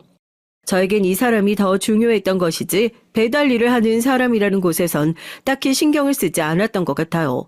저에게 느꼈던 건 성실하게 일하는 모습과 또 꾸준히 절 만나러 오는 길에 느껴지면서 이 사람도 저와 같은 마음일 거라고 생각이 들더라고요. 그냥 퇴근하셔도 되는데 오늘도 커피 사오셨나요? 아니요. 수연 씨 피곤하실 것 같아서 주변에 배달 갔다가 와봤는데 타이밍이 맞았네요. 동진 씨는 아무런 마음이 없는 사람한테도 커피를 매일 가져다 줘요? 아, 그게 모두 그런 건 아니고 참 머쓱해하면서 얘기하는 모습을 보니까 귀여워 보이기도 했어요. 저도 모르게 웃음이 나왔고 그날은 같이 저녁도 먹으며 이런저런 얘기를 나눌 수 있었는데요. 진지하게 만나보는 것도 좋을 것 같아서 식사를 마치고 돌아오는 길에 만나자고 말을 해봤어요. 전 동진 씨가 마음에 들어요. 항상 열정적이고 또 성실하시잖아요. 매일 저에게 커피도 사주시고 예전부터 괜찮은 분이라고 생각은 하고 있었는데 혹시 저와 같은 마음이시라면 한번 만나보시겠어요? 수연 씨, 정말 감사하지만 괜찮으시겠어요? 전 배달 일하는 사람인데 주변에서도 수군거릴 거고 직업에 대한 편견이라는 게 참 무시를 못하는 부분이잖아요. 전 상관없는데요. 동진 씨의 성품이 좋고 사람이 좋아서 만나는 거지. 직업 따지는 것보단 그게 더 중요한 부분이거든요. 그러한 이유라면 걱정하지 마세요. 그럼 동진 씨도 제가 좋다는 거죠? 수연 씨가 괜찮으시다면 전 무조건이죠. 무조건 좋습니다. 다행히 저와 같은 마음이긴 했지만 아무래도 회사에 다니는 저에게 더 좋은 선자리가 있을 거라고 생각하고 깊은 사이까진 못 갈 거라고 생각했다는데요. 그래도 전 전혀 그런 거 신경 쓰지 않으니까 걱정하지 말라고 얘기했습니다. 그동안 배달 일 한다는 이유로 쉽게 다가오진 못했다고 말을 하더라고요. 그렇게 교제를 시작하고 3년 정도 만나다가 결혼했어요. 결혼하기 전엔 따로 가족들에게 남자친구가 있다고 얘기하긴 했지만 세밀하게 어떤 사람인지에 대해선 말한 부분은 없었거든요. 그러다가 슬슬 결혼 얘기가 나오기 시작하면서 서로의 가족들을 만나보기로 했죠. 전 가장 먼저 부모님께 소개해드리기 전에 언니를 먼저 소개하기 위해 형부랑 같이 시간 약속을 잡았어요. 분명히 제가 몇 시까지 오라고 시간과 장소를 적어서 보내줬는데 약속 시간보다 30분 정도 늦게 도착하더라고요. 아무래도 첫인상이 중요한 부분인데 그 부분에 있어서 언니에게 얘기를 했더니 오는 길에 일이 있었다고 하길래 그냥 넘어갔어요. 일이 생기는 변수는 언제든지 생길 수 있는 거고 언니도 미안하다며 사과를 했거든요. 다행히 남자친구도 이해했던 부분이기도 했고요. 식사 시간이 되고 난 뒤엔 생각했던 것보다 분위기가 괜찮았는데 이상하게 형부는 어딘가 불편하다는 듯이 계속 행동하시더라고요. 그러더니 조심스럽게 남자친구에게 이런 얘기를 꺼냈어요. 전 처음에 어떤 말을 하려고 하나 싶었는데 직업에 관련된 것이더라고요. 어떤 일을 하는지 물어보고 평소 저축하는 습관이라든지 여러 가지를 물어봐 주시는데 저도 궁금했던 부분도 있어서 가만히 있었지만 직업과 관련해선 약간 비하하듯이 얘기하더라고요. 마음이 불편해질 수밖에 없었고 언닌 옆에서 그만하라고 얘기를 하면서 상황을 중재시켰습니다. 사실 전 한 번도 남자친구의 직업이 부끄럽다고 생각하지 않았고 사람들마다 하려고 하는 일이 다 다르잖아요.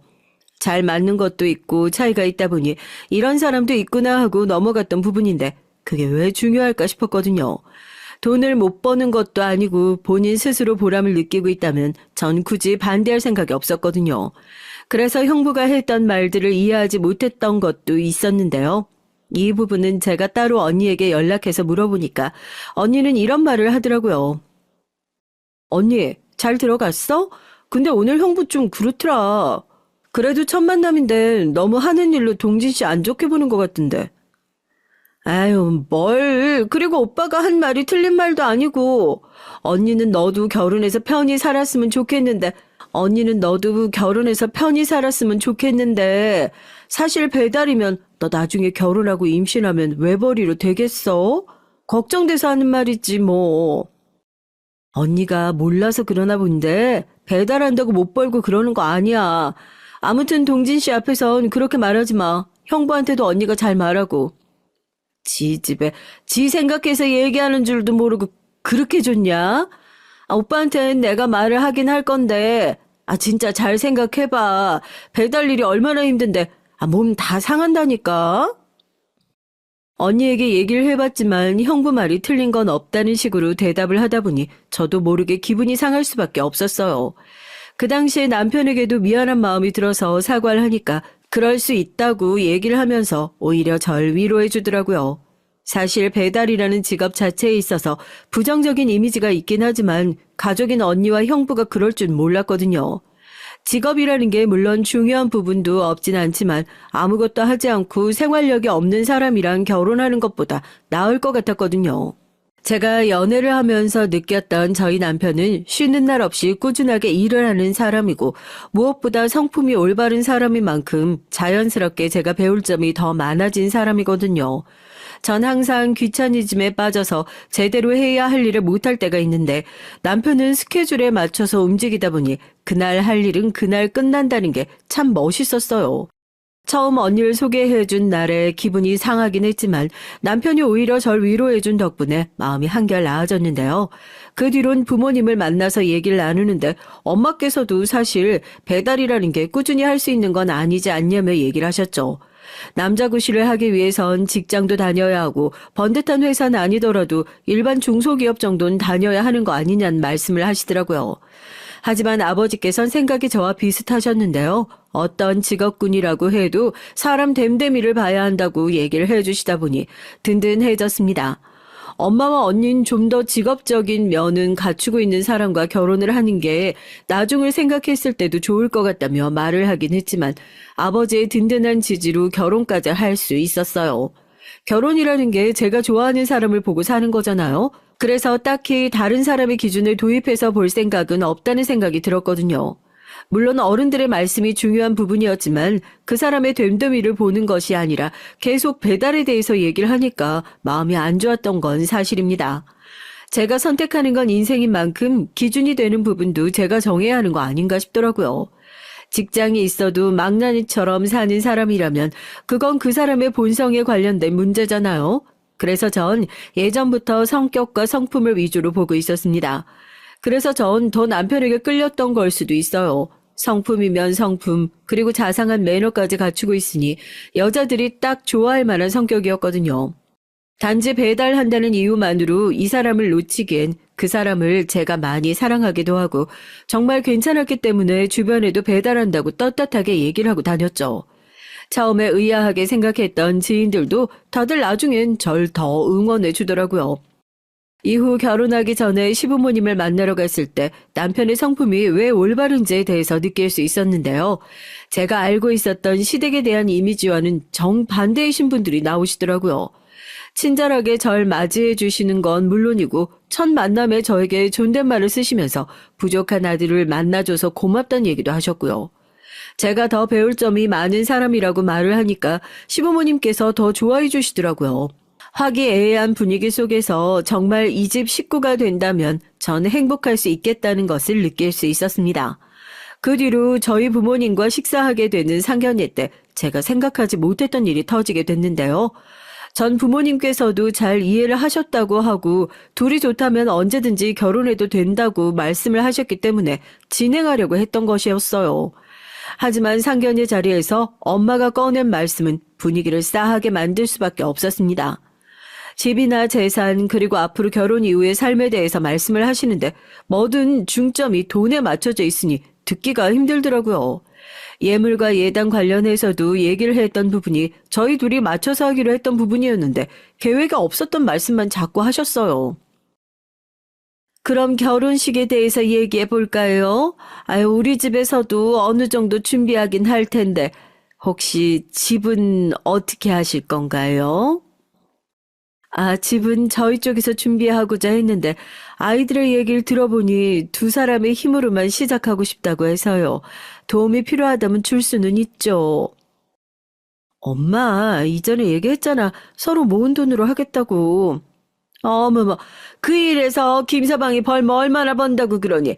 그리고 이왕 시작하는 거, 언니처럼 집 있는 상태에서 시작하면 좋잖아. 둘 다 그만해. 아이들이 좋은 대로 하죠. 부모의 역할은 믿어주고 또 도움이 필요하다고 하면 그때 밀어주는 거니까요. 지금 여기서 이렇게 얘기를 해봤자 저희가 사는 것도 아니고 아이들이 사는 일인데 서로 얼굴 붉히며 조건 따질 때는 아닌 것 같습니다. 제가 들어보니 아드님이 성실하게 잘 살았던데 다 부모님께서 교육을 잘 하셨나 봅니다. 제 딸아이는 아직 부족한데 잘 부탁드리겠습니다. 다행히 중간에 아빠께서 중재를 해주셨고 집에 돌아와서 엄마께 진지하게 다시 말씀을 드렸어요. 초반엔 절 위한 거라고 얘기를 하셨다가 결혼을 다시 생각해보는 건 안 되겠냐면서 얼마 전에 다른 사람으로부터 선자리까지 봐오셨더라고요. 엄마, 상견례 이후부터 이상해. 이미 결혼 약속도 했고 그전엔 이런 소리 없다가 갑자기 왜 그러는 건데? 예. 널 고작 배달일 하는 사람한테 보내려고 이렇게 키운 줄 알아? 선자리도 알아봤으니까 한번 봐봐. 직장도 좋고 네가 좋아하는 성품도 올바른 사람이니까. 내가 사랑하는 사람은 동진 씨야. 계속해서 반대한다고 해도 난 결혼할 거니까 정 싫으면 식장에 오라고 안 할게. 예, 너 말을 어떻게 그렇게 할 수가 있어? 엄마가 네 미래 생각해서 그런 거지. 진짜 나중에 돈 없으면 싸움밖에 안 난다니까. 다들 그만 좀 해. 이게 도대체 무슨 말이냐? 당신 진짜 선자리 알아봤어? 김서방이랑 결혼하겠다는데 당신이 뭔데 말려? 그냥 둘이 잘 살게 내버려둬. 정 싫으면 수연이 말대로 당신은 오지 말든가. 나만 참석할 테니까. 엄마께선 뭐가 그렇게 마음에 안 드시는지 처음에 허락을 해주셨다가 마음을 바꾸신 이유도 이해할 수가 없었어요. 나중엔 언니까지 그러니까 결혼이 원래 이렇게 어려운 건가 싶기도 하고 하지만 그럴 때마다 아빠가 중재해 주시다 보니 결혼까지 잘 할 수 있었어요. 결혼한 뒤엔 행복한 신혼생활을 즐기면서 전 평소와 같이 회사에 다니고 남편도 열심히 일하면서 생활했습니다. 제가 시댁에 있을 땐 괜찮았지만 가족 행사가 있을 때마다 저희 집에선 은근히 남편을 무시하는 게 느껴져서 그때부턴 뭔가 이상하다는 생각이 들었어요. 선물을 들고 찾아가면 얼마 되지도 않는 월급으로 어떻게 이런 걸 사오냐고 얘기를 하는 건 물론 특히 형부도 말을 덧붙이면서 비아냥거리는 게 싫었거든요. 언니는 계속 걱정되는 마음에 하는 얘기라고 하지만 사실 받아들이는 처지에서 기분이 나쁠 만한 말이잖아요. 제가 아무리 월급이 괜찮다고 얘기를 해도 언니는 안정적이지 않은 것부터 시작해서 미리 나중을 위해 대비가 필요한데 얼마나 돈을 모을 수 있겠냐는 말만 계속했습니다. 여기서 여러분들이 의심해 볼 수 있는 부분이 제가 금수저 아니냐 생각하실 수도 있는데요. 저희 집안은 굉장히 평범한 편이에요. 언니도 어린이집 교사고 저도 그냥 일반 회사에 다니고 있지만 기존 또래보다 일을 빨리 시작하다 보니 직급이 살짝 높았을 뿐이거든요. 부모님도 평범하신 분들이라서 제가 이런 걸 따질 집안은 아니라서 더 이상했죠. 막말로 일을 안 하는 것도 아니고 종종 나가서 배달일 하는데 그렇다고 또 벌이가 적은 것도 아니라서 괜찮거든요. 그래서 남편에게 대하는 태도가 더 마음에 안 들었던 것 같아요. 저희 둘만 잘 살면 된다고 하긴 하지만 가족 행사를 나 몰라라 할 수는 없고 은근히 남편도 스트레스 받아 하는 게 느껴지더라고요. 그래서 한 번은 남편에게 얘기하면서 불편하면 친정에 가지 않아도 된다고 얘기하니까 오히려 본인이 부족해서 그런 것이라면서 말을 하더라고요. 또 엄마가 이상한 소리 했지. 미안해, 당신이 고생이다. 이럴 바엔 그냥 친정에 안 가는 게 좋겠어. 결혼한 지 얼마나 됐는데 인정도 안 해주시고 난 당신 이런 취급 받는 거 싫어서라도 나 혼자 다니는 게 나을 것 같아. 아니야 여보, 내가 부족한 게 맞지. 친정 부모님 입장에선 배달부 사위가 마음에 안 드실 수도 있잖아. 나한텐 얼마나 잘하고 성실한 남편인데 고작 직업 하나로 평가받는 게 속상해서 그렇지. 괜찮아. 당신도 계속 마음 쓰였었겠구나. 난 진짜 괜찮으니까 마음 풀어. 남편이 너무 그런 소리를 들으니까 스트레스를 받을 것 같아서 걱정됐는데 본인도 어느 정도 알고 있던 부분이기도 하고 친정에선 제가 커버를 잘 쳐주고 있어서 괜찮다고 얘기를 해주더라고요. 남편이랑 이런저런 대화를 나누면서 참 저희 집이 부족하다고 느껴지는 부분이 한둘이 아니었어요. 전 시댁에 가면 항상 사랑받기 때문에 더 남편에게 미안한 마음이 들 수밖에 없더라고요. 사위 사랑은 장모라고 하는데 장모라고 하는 사람이 계속 핍박을 주니까 잘하고 싶은 마음에 챙겨갔던 선물도 무한해지는 게 싫었죠. 그 뒤론 남편이 괜찮다고 해도 가족 행사인 저만 가고 웬만하면 제 가족을 보는 일이 없도록 하는 게 좋을 것 같았습니다. 계속해서 불편한 자리가 이어지면 저라도 싫을 것 같았거든요. 남편이 워낙 착하고 참는 게 좋은 거다라는 성격을 가지고 있어서 그런지 제가 답답하게 더 느껴졌던 부분도 있어서 사전에 차단을 해주기로 하고 한동안은 저만 다녔더니 친정에 가면 왜 김서방을 두고 왔냐는 얘기부터 시작해서 친정에 어떻게 저만 보내냐는 말로 저에게 오히려 더 안 좋게 얘기를 하더라고요. 그때 전 제 남편이 어떻게 해도 트집을 잡을 사람이라는 걸 느꼈습니다. 저희 가족이 이럴 줄 정말 몰랐거든요. 진지하게 저희 가족이 있을 때만 남편 얘기를 꺼내면서 그렇게 무시할 사람이 아니라고 다시 말을 해줬어요. 언니에겐 형부가 이런 얘기 듣는다고 생각하면 어떠냐고 물어봤더니 그럼 직장이라도 제대로 잡고 잘 살았어야 하는 거 아니냐는 말로 받아치더라고요. 그 말을 듣고 나선 평상시에 저희 자매가 사이가 좋은 편이었는데 괜히 이런 일로 서로 앙심만 깊어졌죠. 전 제가 아까운 부분이 하나도 없다고 생각하는데 언니부터 시작해서 형부 그리고 저희 부모님까지 남편을 별로 안 좋게 생각하니까 제가 알던 가족이 맞나 싶을 정도로 속물이라고 느껴지더라고요. 밤낮 없이 일을 한 남편을 보면서 저희 하나 먹여 살리려고 열심히 하는 것도 있지만 저희가 계획했던 만큼 자본금을 모으려고 했던 것도 있고 서로 각자의 자리에서 열심히 하면 될 것 같아서 서로 노력하고 있는데 괜히 저희 집안 때문에 남편이 더 위축되지 않았으면 하는 마음이 있었어요. 남편은 본인의 일을 사랑하고 열심히 하다 보니 딱히 신경 쓸 문제는 아닌 것 같은데 그때 당시는 돈이 문제가 아니라 아무래도 직업에 대한 인식이 안 좋다 보니 그런 부분들이 더 크게 작용한 것 같더라고요. 제가 아는 남편은 못 배우는 사람도 아니고 오히려 대학 졸업도 잘해서 시험이야 언제든지 마음만 먹으면 할 수 있는 상대였거든요. 근데 저도 문득 왜 배달을 고집할까라는 생각이 들어서 한번 물어본 적이 있었어요. 남편에게 물어봤을 때 들려오는 대답은 제가 생각했던 것과는 조금 차이가 있더라고요. 처음엔 알바로 간단하게 시작했는데 할수록 좋은 점이 많고 시간도 자유로워서 전화 언제든 통화하고 싶을 때마다 할 수 있다는 점이 좋다고 얘기를 해줬습니다. 그리고 이 일을 오래 해온 만큼 어떻게 해야 하는지 알다 보니까 요령이 생겨서 그 요령대로만 하면 된다는 게 좋았대요. 본인도 처음엔 직업에 대해서 크게 신경 쓰지 않았는데 주변에서 다들 대학까지 나와서 배달을 하고 있는 걸 이해하지 않았다고 합니다. 벌이도 본인이 알고 있는 수준보다 높아서 딱히 신경 쓰고 있지는 않았는데 오히려 주변 친구들이 더 난리였다고 해요. 저 같아도 멀쩡하게 대학 나와서 머리도 괜찮은 친구가 갑자기 배달을 한다고 하면 이해를 하지 못했을 수도 있을 것 같은데요. 하지만 본인도 일을 함에 있어서 본인이 흥미를 느껴야 하고 그만큼 보람이 있어야 한다고 생각하는 사람이기 때문에 그 말에 공감을 할 수 있었어요. 직업이 중요한 부분이 있긴 하지만 제가 봤을 때 이 사람이 성품이라든지 부부로서의 생활을 두고 봤을 때 문제가 되는 부분이 없었기 때문에 잘 살고 있었어요.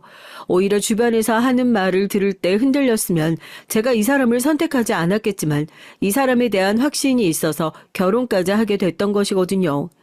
실제로 만나보니까 다정하고 가정적인 사람이라 그런지 잘 도와주기도 하고 시부모님께선 주기적으로 저희가 여행 갈 수 있게 지원까지 해주셨습니다.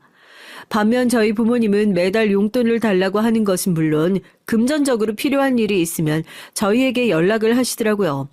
한두 번이야 도와드릴 수도 있지만 저도 가정 있는 사람으로서 계속 금전적으로 도움을 드리기가 어려웠는데요. 그럴 때마다 남편 직업이 변변치 않아 용돈도 넉넉하게 못 주는 거라고 얘기를 하시는 걸 보고 안 해드리는 게 맞다는 생각이 들었던 것 같아요.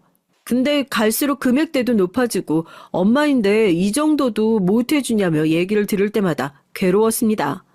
그래도 결혼 생활을 잘 이어가고 있었는데 어머님 댁에 가서 제가 모르고 있던 사실을 안 뒤론 남편이 왜 그렇게 살았는지 바로 이해를 할 수 있었어요. 결혼 3년 차가 되던 날 아버님 생신이랑 같이 식사를 하던 때였는데요. 오랜만에 저녁 같이 먹으니까 좋네요. 그이가 바쁘지 않으면 자주 올 텐데 서로 일을 하다 보니 시간 내기가 어려워요. 괜찮아. 오늘 아버지 위해 식사도 준비해주고 항상 느끼는 거지만 수연이가 올바르게 잘 자란 것 같아서 사부인에게 감사하고 있단다. 좋게 봐주시니 감사해요. 요즘에 남편이 새벽에 일 나가는 건 알고 계시죠? 아침이라 피곤할 텐데 매일 일찍 일어나서 나가는 모습 보니까 뭐라도 해줘야겠더라고요. 아유, 안 해도 된다니까 걔는 참 어련히 알아서 굴러 들어오는 돈들이 있을 텐데. 돈이요? 어디서요? 아니, 동진이한테 얘기 못 들었니? 지금 건물 있는 것 중에서 명의 변경 들어갈 텐데. 건물도 있으면서 뭘 그렇게 힘들게 사는지 원. 건물 얘긴 들은 게 없어서요. 결혼하기 전에도 서로 오픈했을 때 별다른 말이 없었거든요. 아마도 정해진 바가 정확하지 않으니 말 안 했을 거다. 아버지가 건물 보고 접근하는 사람들 워낙 많이 봐서. 동진이에게도 아마 그렇게 말을 했을 텐데 결혼 후엔 얘기했을 줄 알았는데 아니었구나. 네, 전 들은 얘기가 없었는데 뭐 건물이 있든 없든 전 동진 씨를 사랑하는 거니까요. 사실 없다고 해도 상관없고요. 그럼 다행이구나. 어디서 이런 참한 며느리를 얻었는지. 처음 듣는 얘기였지만 별로 저에게 타격이 있는 얘기는 아니었어요. 정확하게 들은 것도 아니고 당사자가 아닌 어머니께 들은 말이라서 제가 직접 물어보기 전에 남편이 얘기를 하지 않은 데는 이유가 있을 거라고 생각을 했거든요. 그래서 어머니께 얘기를 듣고 나서도 딱히 물어보지 않았어요. 그리고 시간이 흘러 저도 까먹고 있을 때쯤 남편이 먼저 얘기를 해주더라고요. 건물에 대한 얘기를 듣고 나니까 제가 정말 남편을 잘 골랐구나 하는 생각이 들었습니다. 어머니한테 얘기 전에 들었었지? 건물에 대한 얘기 말이야. 궁금했을 텐데 왜 안 물어봤어? 그냥 때가 되면 얘기하겠다 싶었지 뭐. 그리고 그게 내 것도 아니고 당신 건데 내가 왜 그걸 더 궁금해하겠어. 건물은 어렸을 때부터 가지고 있던 것이었는데 이번에 가격이 많이 올라서 한 채 정도는 팔아도 될 것 같아서 팔고 난 뒤에 당신 선물도 준비하고 이것저것 해보려고 했거든. 친정 식구들한테도 얘기하고. 뭐? 우리 가족한테? 절대 안 돼. 얘기하지 마. 분명 알자마자 붙어 먹으려고 할 거야. 남편이 건물 가지고 있었던 건 사실이었고 이후 아버님께서 두 채 정도 더 양도해 주시기로 했다는 얘기를 들었어요. 그리고 저희 부모님께도 말씀을 드리려고 했다고 하길래 절대 하지 말라고 했고요. 남편은 제 말에 알겠다고 얘기를 했고 전 궁금해해서 왜 그럼 그동안 배달 일을 해왔냐고 물어봤어요. 그건 본인이 받을 건물이라고 해도 아직 아버님 명의로 되어 있어서 본인이 할 도리는 해야 한다는 생각에 그동안 손을 벌리지 않고 살고 있었던 것이더라고요. 남편이 건물에 대한 얘기를 하고도 저희는 평소와 같은 시간을 보내면서 지냈어요. 건물을 한 채 팔았어도 여유가 생기긴 했지만 저희는 약간의 돈만 남겨두고 미래를 위해 통장에 다시 묶어둔 상태였죠. 남편의 얘기를 듣고 놀란 부분도 있었지만 한 가지 화가 났던 건 이런 사람을 무시했던 친정 식구들 때문이었어요. 그동안 잘 참고 넘어왔지만 저희 집보다 더 잘난 사람을 깔보는 게 싫어서 이번 가족 모임 때 완전 뒤엎어버렸습니다. 남편은 부모님께서도 아시고 나중에 도움이 필요하시면 편하게 말씀하실 수 있으니 말하자고 했었는데 제가 반대를 했었잖아요. 알게 되면 더 돈을 달라고 할 게 뻔했기 때문에 그런 것이었는데 이번에 터뜨리면서 다시는 안 볼 생각으로 일을 벌이고 왔습니다. 그땐 언니 가족들과 함께 시간을 보내기 위해 약속을 잡았는데 1시간 이후에야 모습을 보이더라고요. 남편에 대한 예의가 없을 뿐더러 오자마자 저희에게 하는 말이 충격적이었어요. 아유, 미안. 일이 너무 바빠서 말이야. 아유, 너무 아까우면 김서방이 버는 시간만큼 내가 쳐줄게. 아니다. 한 2배 정도는 줄 수 있겠는걸? 형부, 지금 늦어놓고선 무슨 소리 하시는 거예요? 사과가 먼저 아닌가요? 아우, 늦을 수도 있지. 시급에 2배 쳐준다잖니. 아유, 뭐 이런 기회가 어딨겠어? 일 안 하고 돈 받는 건데. 진짜 못 들어주겠네. 여보, 일어나. 그냥 가자. 에이, 장난 좀 친 거 가지고 처제가 너무 예민한 거 아니야? 아니, 솔직히 배달도 안 하고 2시간 시급 버는 건데 이득 아니냐고. 그깟 돈 없어도 살 수 있고 이제 앞으로 보자는 일 없을 테니까 그렇게 알아. 남자 새끼가 능력도 없이 배달하는 것을 탓해야지. 우리가 틀린 말 했어. 네가 장가 올 때 집을 해왔냐 아니면 뭘 해왔냐? 능력도 없으면서 무슨 우리 집안의 사위라고 들어와. 형부의 말을 끝으로 참을 수 없었던 전 그대로 뺨을 올리며 한마디를 남길 수밖에 없었는데요. 도저히 듣기가 힘들더라고요. 뭐? 네가 할 말은 아니지. 이 사람 물려받을 자산만 해도 건물 3채는 되는 사람이야. 얼마 전엔 한 채 팔아서 현금까지 두둑해졌는데 이 정도면 말 다 했지? 능력 없는 건 너야.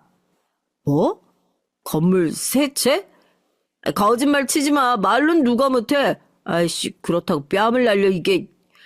그만하시죠. 저희 이만 가보겠습니다. 그쪽 말대로 제가 능력이 없어서 죄송합니다만 직업이 없을 뿐이지 평생 먹고 살 돈은 있습니다. 걱정 마시죠. 저를 내려치는 형부의 팔을 잡고선 남편도 지쳤다는 듯이 얘기를 하고 그대로 밖을 나와버렸어요. 시원하게 말을 해서 편하긴 했지만 문제는 그 뒤였는데요. 건물에 있다는 얘기를 듣자마자 언니는 저에게 그걸 어떻게 말을 안 할 수 있냐면서 제 지분은 어느 정도인지 물어보더라고요. 저를 걱정하는 말이 아니라 언니와 형부는 번갈아 가면서 그게 사실이냐부터 시작해서 부모님의 귀에까지 들어가며 저희를 호출하셨습니다. 부르셔서 오긴 했지만 건물에 대한 얘기를 하면 더 이상 할 거 없어요. 제 것도 아니고 남편 건데 왜 그렇게 탐을 내세요? 아, 그게 왜 네 지분이 없니? 아, 넌 결혼할 때 들고 갔던 돈이나 뭐 생활하면서 김서방한테 줬던 게 있을 게 아니야. 김서방 자네가 말해보게. 왜 얘기를 안 했나? 혼자 그 건물 다 독차지할 생각이었던 거야? 아, 그런 건 아니고요. 아버지께 받기로 한 기간도 한참 남았었고 이제 한 채 받아서 처분한 것뿐입니다. 아직 제 것도 아니고요. 그래도 곧 김서방 것이 될 것인데 친정이 이렇게 어려운 거라면 판 건물에 돈이라도 좀 나눠주는 게 맞지 않냐 이 말이지.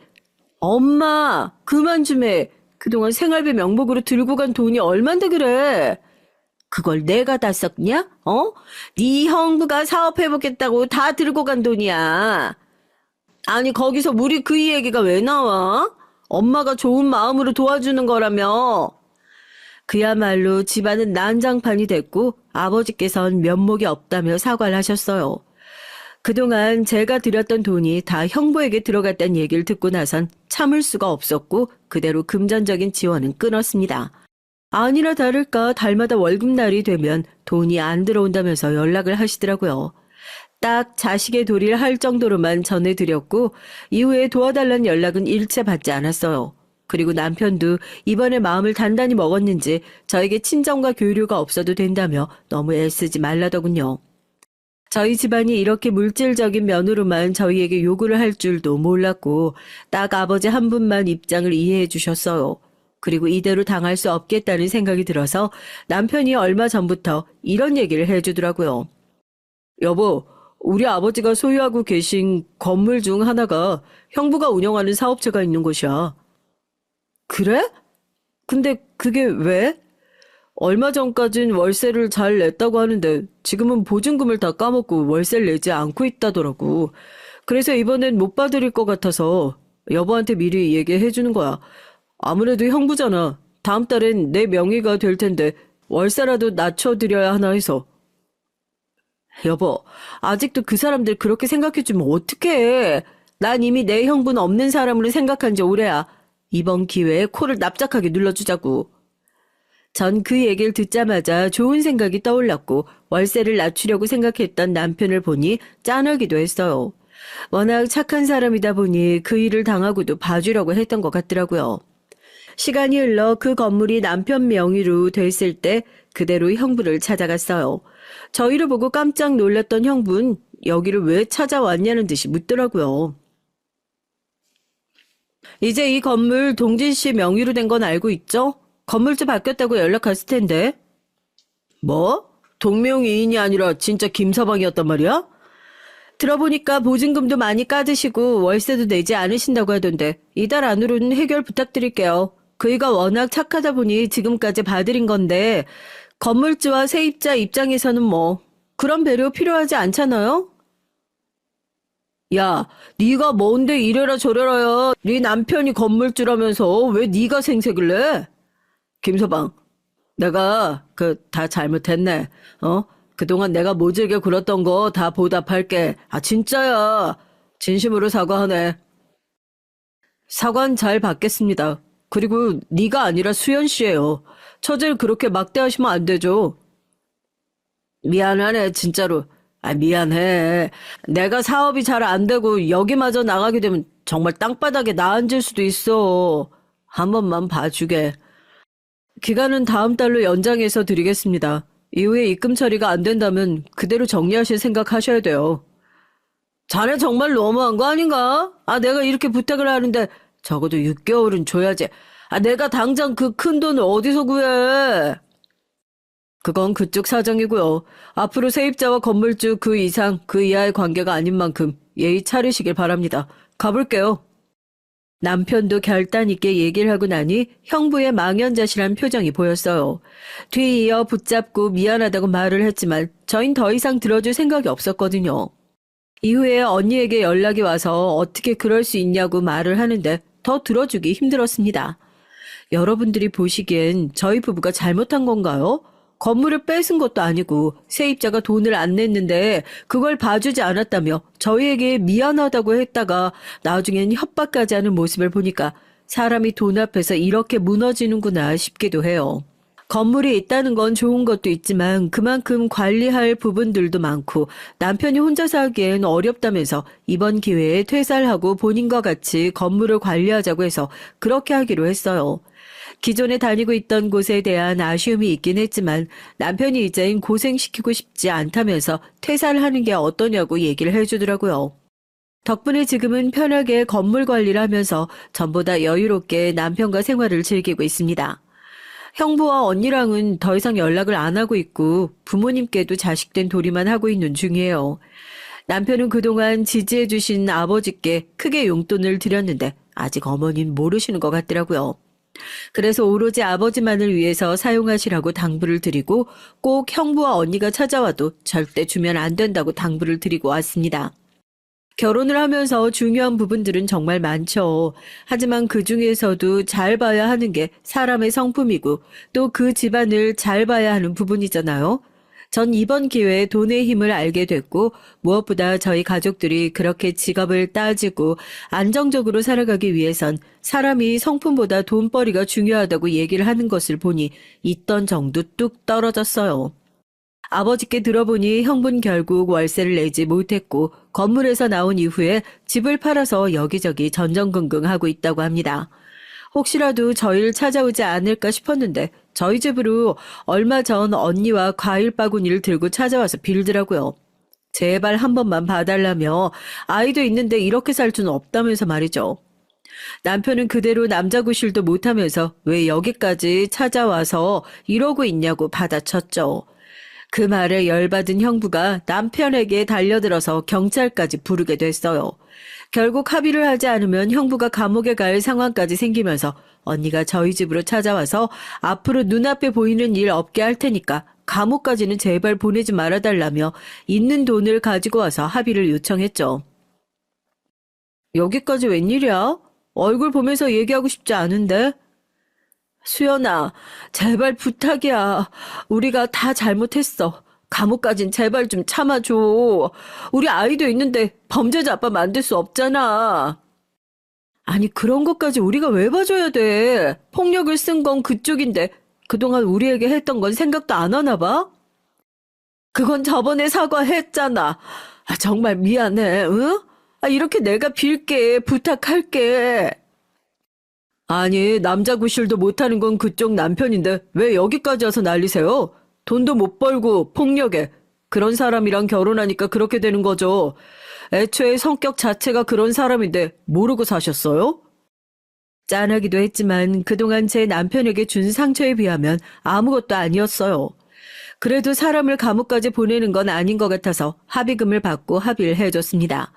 조금 덜 시원한 사이다라고 생각하실 수 있지만 저희 나름대로 제대로 꼬리를 밟은 것과 다름이 없었거든요. 그동안 저희는 아무리 직업에 대해서 무시를 하고 낮게 봐도 가족이니까 걱정을 해주는 것이라고 생각만 했는데 호구처럼 듣고만 있었던 것 같아서 이번엔 더 이상 봐주지 않았던 건데요. 마음이 편하진 않았지만 이건 저희의 심성이라 어떻게 할 수 있는 부분이 아니더라고요. 지금은 들어보니까 형부도 계속 힘들어하고 있는 것 같고 언니는 슬슬 저희에게 도와달라는 듯이 연락을 해오긴 하는데 절대 도와줄 생각이 없어서 철저하게 무시하고 있는 중이에요. 그렇게 잘 산다면서 저한테 왜 배달원을 만나냐고 말할 땐 언제고 이제 와서 제 남편에게도 깍듯하게 하는 게 마음에 들지 않아요. 남편도 지금은 종종 새벽에 배달을 하면서 지내고 있는데요. 본인은 그게 더 편하다고 하니까 두고 있고 시아버진 그때 약속하신 대로 저희에게 건물 2채를 더 양도해 주셨어요. 위치도 좋고 시세도 괜찮은 편이라서 앞으로 노후가 든든해질 것 같다는 생각이 들더라고요. 그리고 저희 집에 있었던 얘기도 시부모님이 알고 계셨는데 사실 크게 신경을 안 쓰시는 것 같았거든요. 하지만 누가 아들이 그런 취급 당하는데 마음이 좋겠어요? 제가 대신 사과를 드렸고 다행히 너그럽게 용서를 해주셨습니다. 예전부터 말씀하셨지만 저희만 잘 살면 된다고 해주시는 분들이라서 그런지 앞으로는 그런 트러블 없이 잘 살라고 얘기를 해주시더라고요. 덕분에 저희도 지금까지 큰 다툼 없이 결혼 생활을 잘 이어오고 있는데요. 얼마 전 언니에게 들어보니까 결국엔 형부랑 이혼을 한 것 같더라고요. 아이가 있다면서 가정을 지키겠다고 했던 형부는 결국 또 한 번의 폭력 사건으로 인해 징역에 가게 됐고 언니도 결혼 생활을 정리했다고 해요. 또 폭력을 저질렀다고 하니 혹시라도 언니가 맞은 건 아닌가 걱정이 됐는데 다행히 그건 아니었대요. 술을 먹고 본인을 무시한다고 느끼고 때렸다더라고요. 합의금조차 준비를 하지 못해서 결국엔 징역살이를 한다네요. 단 1년 만에 전세가 제대로 역전됐고 그렇게 남자 능력과 직업만을 밝히던 언니와 형부는 제대로 나락을 가게 된 것이죠. 처음엔 아무래도 친언니니까 안쓰럽다고 생각이 들긴 했는데 자업자득이라고 생각하고요. 따로 도움을 줄 필요는 없을 것 같아서 연락을 하진 않고 있어요. 언니도 생각이 있는지 저희가 연락을 해오진 않았고 엄마께서도 요즘엔 돈 얘기를 하시지 않으니까 잘 정리가 됐네요. 그 일 이후로는 저희 부부에게도 아이가 생겨서 한 부모로서 최선을 다하고 있는데 아이에게 중요한 얘기를 하는 것 중 하나가 바로 예의 차리기예요. 요즘엔 밖에만 나가면 어린아이들이 어른 공경하지 않는 경우도 많잖아요. 전 기본적으로 본인이 해야 할 것, 그리고 나이가 높은 사람들에겐 꼭 예의를 지킬 것, 이건 꼭 지켜주고 있어요. 그동안 남편의 성품 하나만 보고 잘 살았는데 의도치 않게 건물까지 얻게 되면서 역시 성실하게 살면 복이 따라오는 것 같다는 생각이 들어요.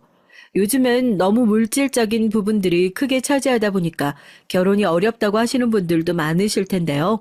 물론 금전적인 부분이 안 중요하다는 건 아니지만 그래도 사람이 살아온 환경 그리고 성격은 잘 보고 살아야 하는 것 같아요. 다들 저희 언니처럼 너무 외적인 부분 보여지는 것만 보고 선택하시지 마시고 충분한 대화를 통해서 올바른 배우자를 만나셨으면 좋겠습니다.